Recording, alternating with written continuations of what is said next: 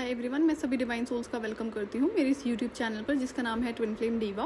और आज का टॉपिक है how to protect your self from black magic, psychic attacks and spiritual attacks. So ये सेकंड स्टेप है। इससे पहले जो मैंने शेयर किया है कि आपको अपने हाउस की फिजिकल क्लेंजिंग, एनर्जी क्लेंजिंग करनी है एंड देन प्रोटेक्शन। इस पर मैंने सेपरेट वीडियोज़ बनाए हुए हैं, अगर आपने नहीं अभी तक सुने तो उनको जाकर सुनिए। पहला स्टेप है वो बहुत ज़्यादा इंपॉर्टेंट है। अगर आप उसको स्किप करोगे तो ये करने का कोई फ़ायदा होगा नहीं। जो आपके हाउस के प्रोटेक्शन और क्लेंजिंग बहुत ज़रूरी है। क्योंकि आप सारा, और ये कहूँगी 99% का जो आपका एनर्जी वर्क है वो आप अपने घर के अंदर ही प्रैक्टिस करेंगे। और अगर आपका घर क्लीन नहीं है, रेगुलर क्लीनिंग नहीं होती है और वो प्रोटेक्टेड नहीं है, तो बहुत सारे चैलेंजेस और ऑब्स्टिकल्स एनर्जी वर्क करते वक्त आपको आएंगे। जैसे कि अगर मैं अपना एक एक्सपीरियंस शेयर करूँ, जब मैं जो नेगेटिव एंटिटीज़ होती हैं उनको जब मैं स्टॉप कर पा रही थी तो दूसरे लेवल पर मुझे डिस्टर्बेंस हो रही थी। जैसे कि कोई रैंडम पर्सन आकर डोर तभी नॉक करता है जब मैं अपना प्रैक्टिसेस को स्टार्ट करती हूँ। अभी प्रैक्टिसेस में कई सारे एनर्जी वर्क होते थे, तो लेकिन पूरे दिन में नहीं आया। और कई बार इवनिंग के टाइम पर भी मैं परफॉर्म करती थी तो भी ये मुझे ऑब्स्टिकल्स होती थी। अब रैंडम लोग कैसे, जैसे कोई कुरियर गाय है, मतलब मैंने कुछ ऑर्डर नहीं करा है, मेरा नहीं है कुछ भी उसमें ऑर्डर, बट फिर भी आकर मेरा डोर को नॉक किया। उसके बाद सॉरी बोलना कि सॉरी मैंने गलती से नॉक कर दिया, घर का नंबर नहीं देखा। और ये बहुत फ्रीक्वेंट होता था, कोई ऐसा नहीं कि एक बार हो गया, 2 बार हो गया, ये रेगुलर बेसिस पे होने लगा था जब मैं अपने एनर्जी वर्क को कर रही थी। दूसरा क्या होता है कि जैसे अब मेरी जो सोसाइटी है, सोसाइटी में सिक्योरिटी गार्ड्स होते हैं और काफ़ी हैवी सिक्योरिटी होती है, तो ऐसा नहीं कि कोई भी आ जाएगा वहाँ पे। लेकिन क्या होने लगा था कि NGO से लोग आने लगे चैरिटी मांगने के लिए। मैंने कहा चैरिटी इज़ ओके, लेकिन सोसाइटी के अंदर एंटर करना ये पहली बार हो रहा था जो मैंने क्योंकि हमेशा से जो हमारी सोसाइटी है वो हमेशा सिक्योरिटी गार्ड रहते ही हैं। पहले कभी एक्सपीरियंस नहीं किया था, लेकिन जब मैंने ये एनर्जी वर्क परफॉर्म करना शुरू किया तो ये जो चैरिटी के लिए आते थे ये अलग अलग लोग होते थे और अलग अलग जगह से आते थे, तो ये बहुत ज़्यादा फ्रीक्वेंट हो रहा था, इसलिए मैं आपसे शेयर कर रही हूँ। तीसरा क्या होता था, कोई भी रैंडम इंसान आ गया, उसको जाना कहीं और था, बिल्डिंग में किसी और फ्लोर पे, आके मेरा डोर नॉक कर दिया, ओह सॉरी मैंने देखा नहीं तो इस बात पे गुस्सा मुझे बहुत ज़्यादा आता था, क्योंकि उसी पर्टिकुलर टाइम पर ये चीज़ें होती थी। अच्छा, अब ये तो हो गई रैंडम लोग, अननोन लोग, लेकिन कुछ ऐसे भी लोग होते थे जो नोन होते थे। अब जो वैसे कभी नहीं आएंगे या फिर अब आ भी रहे हैं तो ये उसी पर्टिकुलर टाइम पे आएंगे। अगर ऐसा कोई नोन इंसान आपके घर में आता है जिसको आप जानते हो, अब वो रिलेटिव है या फिर फैमिली मेम्बर है, तो उस टाइम पर अगर आएगा तो फिर उस टाइम उस प्रैक्टिसेस को तो आपको स्टॉप करना ही पड़ेगा ना। अब जैसे मैं अकेले रहती हूँ, अब मैं उसको ये थोड़ी ना बोलूँगी भाई आप बैठ जाओ, आधे घंटे बाद बात करेंगे, ऐसा तो नहीं हो सकता ना। तो इस तरह की डिस्टर्बेंस होती थी, तो इनके लिए मैंने अलग लेवल की एनर्जेटिकली ब्लॉक लगाए थे, तब जाकर इस पर मुझे राहत मिली। और कई बार बहुत ज़्यादा नॉइसेस का होना, इस तरह से अलग अलग करके डिस्टर्बेंस मुझे होती थी, जो मुझे बिल्कुल भी पसंद नहीं आता था। क्योंकि स्पिरिचुअल प्रैक्टिसेस में मुझे at least half an hour, 1 hour, कई बार 1 आवर से ज़्यादा देना पड़ता था जब भी मैं इन प्रैक्टिसेस को करती थी। तो अब इसको कई बार सेव करने के लिए मैंने क्या किया, तो मेरी प्रैक्टिसेस जनरली ब्रह्म मुहूर्त में होती हैं, अर्ली मॉर्निंग या फिर लेट नाइट कई बार हो जाता था, लेकिन अर्ली मॉर्निंग हमेशा से मैंने रखा है। बट कई बार जैसे कि मैं इवनिंग में करती थी 5 to 7 के बीच में, उसके अलग रीजंस होते थे, तो मैं फिर कभी शेयर करूँगी। तो ये रीज़न है कि घर का प्रोटेक्टेड होना बहुत ज़्यादा ज़रूरी है, क्योंकि जब आप प्रोटेक्शन लगा भी लोगे ना, और अगर आप रियल ट्विन फ्लेम हो तो भी ये डिस्टर्बेंस होने वाली है। सो बी रेडी फॉर दैट। और दूसरा क्या होता है कि अब तक जो भी मैंने वीडियोस में शेयर किया वो सारे आपके एनर्जी वर्क का, इनर वर्क का ही पार्ट है। मैंने कार्मिक लेसन्स पर ऑलरेडी कई सारे वीडियोस बना रखे हैं। अब इन केस अगर आप इन चीज़ों को अवॉइड करोगे तो ये एनर्जी वर्क आप कर नहीं पाओगे। शुरू ज़रूर करोगे, कंसिस्टेंसी को मेंटेन करना वैसे ही बहुत ज़्यादा प्रॉब्लम आती है। अब ये जो लोग होते हैं जो आपके नोन है, इनके साथ में आपको हेल्दी बाउंड्रीज ही सेट करनी पड़ेंगी। जैसा कि मैंने प्रीवियस वीडियो में एक्सप्लेन किया हुआ है कि आपके पास सबके 2 वर्ल्ड होते हैं जिनका टेक केयर आपको करना होता है। एक आपका इनर वर्ल्ड, दूसरा आपका एक्सटर्नल वर्ल्ड। इनर वर्ल्ड में आपका आ गया एनर्जी वर्क। अब एनर्जी वर्क में बहुत सारी चीज़ें होती हैं जो आपको करनी पड़ेंगी, ये तो बेसिक्स हैं जो मैं भी बता रही हूँ, और ये एक तरह से मैं आपको भी रेडी कर रही हूँ ताकि जब आपसे वो एनर्जी वर्क करवाया जाए आप उसको कर पाओ। ईजिली तो नहीं कर पाओगे लेकिन फिर भी एटलीस्ट रेडी तो हो जाओ वहाँ तक पहुँचने के लिए। दूसरा जो एक्सटर्नल वर्ल्ड है वो है आपका कार्मिक लोगों के साथ में और टॉक्सिक लोगों के साथ में हेल्दी बाउंड्री सेटअप करना, और उनसे डिस्टेंस मेंटेन करना जितना ज़्यादा पॉसिबल होता है। तो इनर वर्ल्ड और एक्सटर्नल वर्ल्ड दोनों का आपको टेक केयर करना ही पड़ता है, इसमें आप कुछ भी अवॉइड नहीं कर सकते हो। अब क्या होता है कि जैसे मैं जनरली इवनिंग टाइम में मेरा जो प्रेयर टाइम होता है, रिचुअल टाइम होता है, तो अब जैसे इवनिंग की पूजा तो हम सभी करते हैं, जो भी करते होंगे सनातन धर्म से जो बिलोंग करते हैं, तो उस टाइम पे भी बहुत ज़्यादा डिस्टर्बेंस होती थी। मतलब पूरे दिन कोई नहीं आया, लेकिन उस टाइम पे नॉक करने आ गए। ये चीज़ें होंगी प्रोबेबली। और अगर आप अपने घर में रहते हो जहाँ पर और भी सारे फैमिली मेम्बर्स हैं, तो जब भी आप इन चीज़ों को प्रैक्टिस करना शुरू करते हो तो बता दो कि आपको ना इस पर्टिकुलर टाइम में डिस्टर्ब ना किया जाए। और जिस तरह से आपके घर के लिए मैंने क्लेंजिंग बताया, physical cleansing, energy cleansing and then protection, उसी तरह से आपको अपनी फिजिकल बॉडी और एनर्जी बॉडी की भी क्लेंजिंग रेगुलर बेसिस पे करनी होती है। एंड फिर आता है प्रोटेक्शन। अब फिजिकल बॉडी पे ये 3 लेवल हो गए, फिजिकल बॉडी की cleansing and then energy cleansing and then protection. तो क्या होता है कि अगर आप अपनी फिजिकल बॉडी का टेक केयर करते हो, फिजिकल बॉडी पर स्पिरिचुअल प्रोटेक्शन लगाने के कई तरीके होते हैं। जब आप उसको करते हो तो आप अपनी एनर्जी बॉडी को, स्पिरिचुअल बॉडी को प्रोटेक्ट कर पाते हो। डेली क्लेंजिंग में क्या आता है, आपको रोज़ नहाना है। और अगर आप रोज़ नहीं नहाते तो वो भी एक नेगेटिव एनर्जीज़ को एक्सेस मिलता है। मेक श्योर कि आप डेली रेगुलर बाथ लेते हैं। कई बार क्या होता है, इंसान की हेल्थ ख़राब है तब समझ में आता है, अदरवाइज़ ये स्किप नहीं होना चाहिए। अब इसमें आप एनर्जी प्रोटेक्शन के लिए क्या करेंगे, एनर्जी क्लेंजिंग के लिए क्या करेंगे एक्चुअली में, तो आपको लैवेंडर हर्ब मंगानी है। ड्राइड हर्ब आती है लैवेंडर, मैं कम्युनिटी सेक्शन में इसका नाम लिख दूंगी। तो उस हर्ब को आपको ½ टेबल स्पून ऐड करना है अपने नहाने के पानी में, और ½ टेबल स्पून रॉक सॉल्ट, आपको जो सी सॉल्ट होता है, रॉक सॉल्ट होता है, उसको आप अपने नहाने के पानी में ऐड करके फिर उससे नहाना शुरू कर सकते हैं। कई बार क्या होता है, कुछ लोगों को ड्राइड हर्ब को डायरेक्टली अपने नहाने के पानी में ऐड करना पसंद नहीं होता है। उस केस में आप क्या कर सकते हैं, इस जो हर्ब है इसको 2 ग्लास पानी में आप बॉईल कर लो, फिर उसको स्ट्रेन कर लो, छान लो, फिर उस पानी को अपने नहाने के पानी में ऐड करके फिर नहाना शुरू करो, तो वो भी काम करता है, उसमें कोई दिक्कत नहीं है। अब क्या करना है कि जब भी आप इस पानी को नहाना शुरू करोगे तो इसमें आपको एक तो विजुअलाइज करना है कि आपकी बॉडी से सारी नेगेटिव एनर्जीज रिमूव हो रही हैं। स्लोली पानी डालना है बॉडी पर एंड देन विजुअलाइज करना है। लेकिन कई बार कुछ लोगों को विजुअलाइजेशन में प्रॉब्लम होती है, जैसे मेरा तरीका बहुत अलग होता है। तो अगर आप विजुअलाइजेशन नहीं कर सकते हो ना, तो आप एफर्मेशन दे दो, बोलते रहो। जैसे जैसे पानी आप अपनी बॉडी पर डालते हो, आप उसको एफर्मेशन दो कि all the negative energies from my body has been removed, और या कुछ और एफर्मेशन देख लो जो प्रोटेक्शन के लिए होती है। पहले तो अभी आपसे रिलीजिंग कराई जा रही है, तो आपकी बॉडी से नेगेटिव एनर्जीज को निकाला जा रहा है। तो ये क्या होता है, आप डेली नहाते हैं, ये डेली का काम है और ये आप डेली करेंगे। तो आप या तो विजुअलाइज कर लो या फिर एफर्मेशन दे दो। मैं एफर्मेशन कम्युनिटी सेक्शन में लिख दूंगी। जैसे जैसे पानी आप अपनी बॉडी पर डालते हो वैसे वैसे आपको वो उस एफर्मेशन को देना है। थोड़ी देर तक स्लोली इस काम को करो, फिर देन उसके बाद आप एकदम से कर सकते हैं। इससे क्या होगा, इससे होती है आपकी physical body plus energy body की क्लेंजिंग। लैवेंडर प्रोटेक्शन के लिए भी होता है और जो नेगेटिव एनर्जीज होती हैं उनको रिमूव करने के लिए भी होता है। अब ये मेन चीज़ है जो आप डेली करेंगे। इसमें एक काम जो कि रॉक सॉल्ट है, सी सॉल्ट है, वो आप सिर्फ थर्सडे को ऐड नहीं करेंगे। थर्सडे को ना तो मोपिंग के लिए आपको सॉल्ट यूज़ करना है और ना ही नहाने के लिए। बाकी किसी भी दिन आप इसको प्रैक्टिस कर सकते हैं और इसको डेली का काम बना लो, ये डेली आपको यूज़ करना है। अब एक बार में तो एनर्जी क्लेंजिंग होती नहीं है, और अगर आप ट्विन फ्लेम है तो वैसे भी टाइम लगने वाला है। तो ये आप तरीका है जो आप डेली प्रैक्टिस करेंगे। उसके बाद क्या करना है आपको कि जब आप नहा लो, ये एनर्जी क्लेंजिंग हो गई, फिर आपको सिर्फ साफ़ सुथरे आयरन क्लोथ्स ही पहनने हैं। आप मेक श्योर कि अगर आपने एक कपड़े को आज पहना है तो अगले दिन वो वॉश होकर ही पहना जाए। क्यों? क्योंकि आपके जो कपड़े होते हैं वो एनर्जीज़ को होल्ड करते हैं।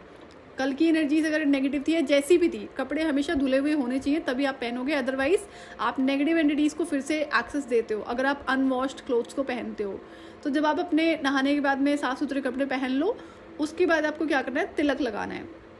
अब तिलक में क्या करना है, आप वाइट चंदन हो गया, येलो चंदन हो गया, उसका आप फोरहेड पर, माथे पर तिलक ज़रूर लगाओ। बिकॉज क्या होता है कि एक तो वो आपके थर्ड आई क्राउन चक्र को प्रोटेक्ट करता है। इसके तिलक लगाने के और भी बहुत सारे बेनिफिट्स हैं जो मैं आपसे बाद में शेयर करूँगी, लेकिन तिलक लगाना इज़ मस्ट। अब हो सकता है कि आप किसी ऐसे रिलीजन से हो जहाँ पर तिलक ना लगाया जाता हो, और फिर उसमें आपको देखना पड़ेगा कि आपको क्या करना है, फिर आप देखो क्या करना है। लेकिन एनीवेज तिलक अगर आप किसी और रिलीजन से आपको प्रॉब्लम है अप्लाई करने में तो मत करो, बट ये मस्ट होता है। जो कर सकते हैं उनको ये प्लीज़ ज़रूर करना है। तिलक इज़ अगेन फॉर प्रोटेक्शन। उसके बाद क्या करना है, अब आपको जो फिजिकल बॉडी को हम प्रोटेक्ट करते हैं उसकी तरह, उसी के थ्रू हम अपनी एनर्जी बॉडी को भी प्रोटेक्ट करते हैं। इसमें आपको क्या करना है, आपको कुछ क्रिस्टल्स पहनने हैं जो कि प्रोटेक्शन के लिए है। क्रिस्टल्स आपको pendant form, bracelet form, loose crystals होते हैं, वो सारे ऑनलाइन ईजिली मिल जाते हैं किसी भी साइट पर। तो आपको ऑर्डर करना है ब्लैक टॉर्मलाइन का पेंडेंट, जो कि आप अपने गले में पहनेंगे। ब्लैक टॉर्मलाइन का ही आपको ब्रेसलेट यूज़ करना है, और 2 ब्रेसलेट आपको और मंगाने हैं, 7 चक्रा ब्रेसलेट, प्लस में आपका है स्मोकी क्वार्ट्स। सो स्मोकी क्वार्ट्स भी प्रोटेक्शन के लिए होता है। वैसे तो एक किसी इशू के लिए कई सारे क्रिस्टल्स होते हैं। अगर मैं प्रोटेक्शन की बात करूं तो प्रोटेक्शन के लिए कम से कम 10-12 क्रिस्टल्स के नेम तो मुझे ही पता है। तो वही बता रही हूँ कि एक प्रॉब्लम है, एक प्रॉब्लम के लिए डिवाइन ने हज़ारों सोल्यूशंस बनाए हुए हैं। इंसान अननेसेसरी परेशान है, बस खाली आपको सोल्यूशन को जानने की ज़रूरत है। तो ये क्रिस्टल्स आप ऑनलाइन ऑर्डर कर सकते हैं कहीं से भी। इन क्रिस्टल्स के नेम मैं आपको कम्युनिटी सेक्शन में ज़रूर लिख दूंगी, ताकि आप उसको ईजिली फाइंड आउट कर लो। और दूसरा क्या होता है कि अब इन क्रिस्टल्स को आप जब भी मंगाओगे तो इन क्रिस्टल्स को आप पहले इनकी एनर्जीज को क्लीन करोगे, चार्ज करोगे, एक्टिवेट करोगे, फिर पहनोगे। उसका छोटा सा प्रोसेस है, कोई बहुत बड़ा प्रोसेस नहीं है। क्रिस्टल्स देखो क्या होता है, क्रिस्टल्स के लिए ना कई बार लोग फियर गेम खेलते हैं। फियर गेम खेलता कौन है? जो उनको सेल कर रहा होता है। मैं अगर कल को सेल भी करूँगी तो मैं फियर गेम नहीं खेलूँगी। ठीक है, फर्स्ट ऑफ ऑल अभी मैं कोई सेल नहीं कर रही हूँ। दूसरा क्या करना है कि जो देखो जो जेम स्टोन्स होते हैं, जैसे पुखराज है, नीलम है, बड़े सारे जेम स्टोन्स होते हैं, उनके लिए आपको एडवाइस कंसल्टेंसी की ज़रूरत पड़ती है कि आपको किसी एस्ट्रोलॉजर से पूछ कर, उसके लिए टाइमिंग बहुत मैटर करता है, रत्ती बहुत मैटर करता है, और बड़ी सारी चीज़ें और भी मैटर करती हैं। अगर आप उसको बिना कंसल्ट किए पहन लोगे तो प्रॉब्लम हो जाएगी। लेकिन क्रिस्टल्स के साथ में ऐसा नहीं होता है। क्रिस्टल्स किसी का नुकसान नहीं करते हैं। क्रिस्टल्स के साथ में आपको सिर्फ एक ही चीज़ चेक करनी होती है कि जो रीज़न है आपका, अब रीज़न प्रोटेक्शन या फिर कोई और रीज़न है। अब जैसे क्रिस्टल्स अलग अलग चीज़ों के लिए आते हैं। क्रिस्टल्स आपके प्रोटेक्शन के लिए है, मनी के लिए होते हैं, और भी बड़ी सारी चीज़ों के लिए क्रिस्टल्स बने हुए हैं। तो अभी मैं आपको क्या बता रही हूँ, प्रोटेक्शन के लिए बता रही हूँ सिर्फ, अभी ये ज़रूरी है। अब क्रिस्टल्स किसी को क्यों नहीं हार्म करते, क्योंकि इसमें आपको कुछ और चेक करने की ज़रूरत नहीं पड़ती है। ना तो रत्ती चेक करना है, ना ही टाइमिंग चेक करना है, कुछ भी चेक नहीं करना होता। सिर्फ आपको पता होना चाहिए कि ये ओरिजिनल है, प्लस में, और दूसरा ये चार्ज और क्लिन्स होने चाहिए। अब इसको चार्ज और क्लिन्स करने का बहुत सिंपल सा ईजी तरीका है जो आप कर सकते हैं, कोई टेंशन वाली बात नहीं है। इसमें क्या करोगे, जब आप इसको ऑर्डर कर लोगे तो इसको पहले एक बोल में कोशिश करो कि आपको प्लास्टिक का यूज़ कम से कम करना है। प्लास्टिक क्रिस्टल्स के लिए बिल्कुल भी यूज़ नहीं करना, और अपनी डेली लाइफ में भी प्लास्टिक का जो यूज़ है बंद कर दो। कोई ग्लास का बॉल ले लो, और या फिर अगर नहीं है तो कोई और मेटल का बॉल ले लो, उसमें पानी भरो, उसमें आधा चम्मच या 1 चम्मच रॉक सॉल्ट डालो, और उसके बाद उसको 5 मिनट के लिए सोक कर दो क्रिस्टल्स को। 5 मिनट से ज़्यादा मत करना, कई बार कई क्रिस्टल्स डैमेज भी हो जाते हैं सॉल्ट से। तो उसके बाद उसको निकालो, फिर दूसरे नॉर्मल वाटर से उसको वॉश करो। उसके बाद क्या करना है, फिर आपको उस क्रिस्टल को लैवेंडर जो इंसेंस होती है या फिर सेज इंसेंस है, उससे आपको स्मज करना है। उससे क्या होगा, उसकी जो एनर्जीज है वो क्लियर हो जाएंगी। फिर उसको एफर्मेशन देना है। एफर्मेशन बहुत सिंपल है, this crystal is been fully charged and activated. इस तरह की एफर्मेशन आप उसको ईजिली दे दो 7 टाइम्स 21 टाइम्स। उस क्रिस्टल को हाथ में होल्ड करो, तब देना एफर्मेशन। तो उसमें क्या होता है, वो एनर्जीज एक्टिवेट हो जाएंगी। इस तरह से आप अपने क्रिस्टल्स को चार्ज और एक्टिवेट कर सकते हो। बहुत इजी प्रोसेस है, और कुछ नहीं करना होता।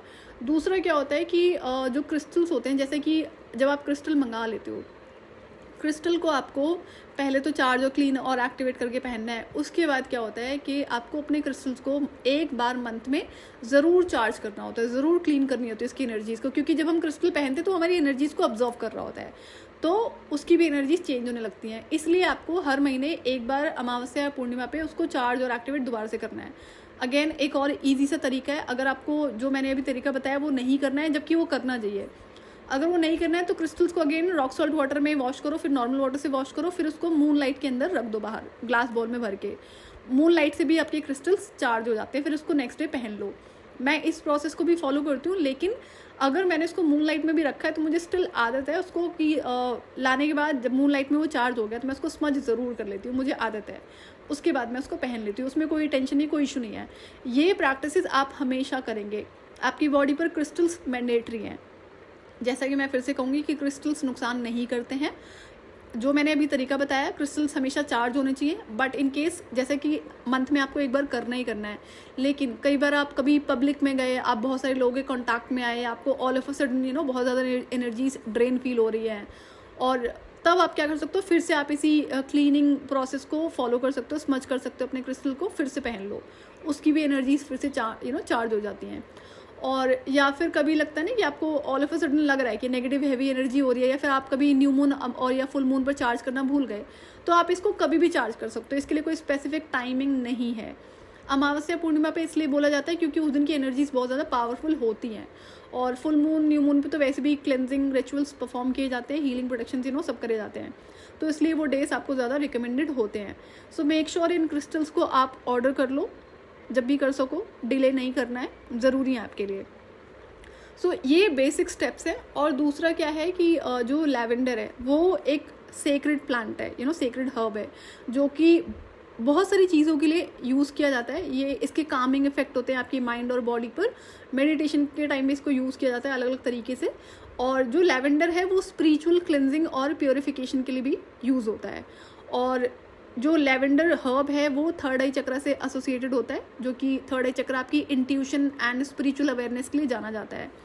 लैवेंडर बहुत सारी और भी चीज़ों के लिए यूज़ होता है। और लैवेंडर जो नेगेटिव एंटिटीज़ होती हैं, नेगेटिव स्पिरिट्स होती हैं, उनको भी रिमूव करने के लिए यूज़ होता है। अब जब आपकी एनर्जी में ऑलरेडी इतने सारे ब्लॉकेजेस हैं, जब नेगेटिव एनर्जीज रिलीज होना शुरू होंगी, तो आपकी हेल्थ में भी आपको इम्प्रूवमेंट नज़र आएगा। तो हर्ब, बहुत सारी हर्ब्स होती हैं जो आपकी इलनेस डिजीज़ के लिए भी जानी जाती हैं, तो लैवेंडर उनमें से भी आता है। तो लैवेंडर एक बहुत पावरफुल हर्ब है जो आपको कई चीज़ों में हेल्प करेगी। मैंने पहले भी आपको घर में स्मजिंग के लिए लैवेंडर एडवाइस किया हुआ है, जब आपके हाउस की एनर्जी क्लेंजिंग होती है। ये आपको हर तरह की नेगेटिव एनर्जी, हार्मफुल इन्फ्लुएंसेस से दूर रखता है, प्योर करता है, क्लिंस करता है। ये जनरली क्लिंजिंग रिचुअल में यूज़ होता है, तो ये बहुत ज़रूरी है आपके लिए। मेक श्योर आपके पास में हमेशा लैवेंडर ड्राइड हर्ब भी होनी चाहिए, प्लस में लैवेंडर इंसेंस तो होनी ही चाहिए। सो मेक श्योर ये आप इसको बाय कर लो। और उसके बाद आपको क्या करना है प्रोटेक्शन के लिए, एक तो आपको मंत्रा चैंट करना है। मंत्रा मैं आपके लिए लिख दूंगी कम्युनिटी सेक्शन में। रुद्राक्ष की माला मंगा लो, बीट बैग मंगा लो, और उसको एक माला आपको डेली चैंट करना है। अब चैंटिंग के लिए ऐसा कोई रूल नहीं है कि बैठ के ही करना है, आप चलते फिरते साफ सफाई मेंटेन करते हुए आप इस चैंटिंग को कर सकते हैं, कोई हार्म नहीं है इससे। नाउ अब अगर उस मंत्रा को आप चैंट नहीं कर सकते हो, अगेन अगर रिलीजन वाला इशू आता है, तो हर रिलीजन में कोई ना कोई ऐसा प्रोटेक्शन के लिए या तो प्रेयर होती है या कोई पर्टिकुलर चीज़ें होती होंगी।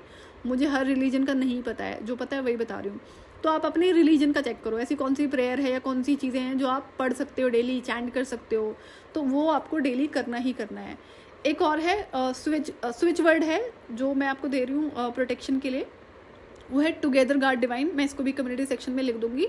इसको आपको डेली अपने लेफ्ट हैंड पर लिखना है रेड पेन से, और अगर लेफ्ट हैंड पर नहीं लिख सकते हो तो आपको इसको लेफ्ट लेग पर लिख सकते हो, थाइस पर। क्यों? क्योंकि कई बार क्या होता है, लोग देखते हैं ना ये क्या लिख रखा है तो टोकने लगते हैं, तो इस चीज़ को अवॉइड करने के लिए आप अपने लेफ्ट लेग पर भी लिख सकते हो। तो ये बहुत ज़रूरी है कि ये जो चैंटिंग है स्विच वर्ड की, ये मैं आपको मेंशन कर दूंगी, इसको आप लिखो, और इसको आप जितना ज़्यादा चैंट करोगे उतना भी आपके लिए अच्छा होगा।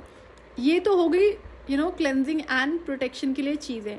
अब आती हैं कुछ आदतों को भी आपको चेंज करना पड़ता है। अगर आप अपनी गलत आदतों को या ऐसी आदतों को चेंज नहीं करोगे जो नेगेटिव एनर्जीज को आपकी लाइफ में एक्सेस देती है, तो फिर आप कितने भी प्रैक्टिसेस कर लो स्पिरिचुअल प्रोटेक्शन के लिए, वो काम नहीं करेगी। अपने लेवल पे वो अपना काम करती है, लेकिन एक तरफ से अगर आपने एग्जाम्पल, आपके घर में 2 डोर है, दोनों से एक्सेस है लोगों का, दोनों तरफ से लोग आ सकते हैं। एक डोर पर आपने ताला लगाया, एक पे लगाना भूल गए, एक खुला ही है, तो इंसान तो दूसरे डोर से भी आ जाएगा। तो इसका भी सेम वाला हिसाब किताब है कि आपको अपनी आदतों को भी सुधारना पड़ता है जो कि नेगेटिव एनर्जीज के एक्सेस का रीज़न बनती है। जैसे आप अपने कपड़े किसी से शेयर नहीं करेंगे, ना ही दूसरों के कपड़े पहनेंगे, ना ही दूसरों को अपने कपड़े देंगे।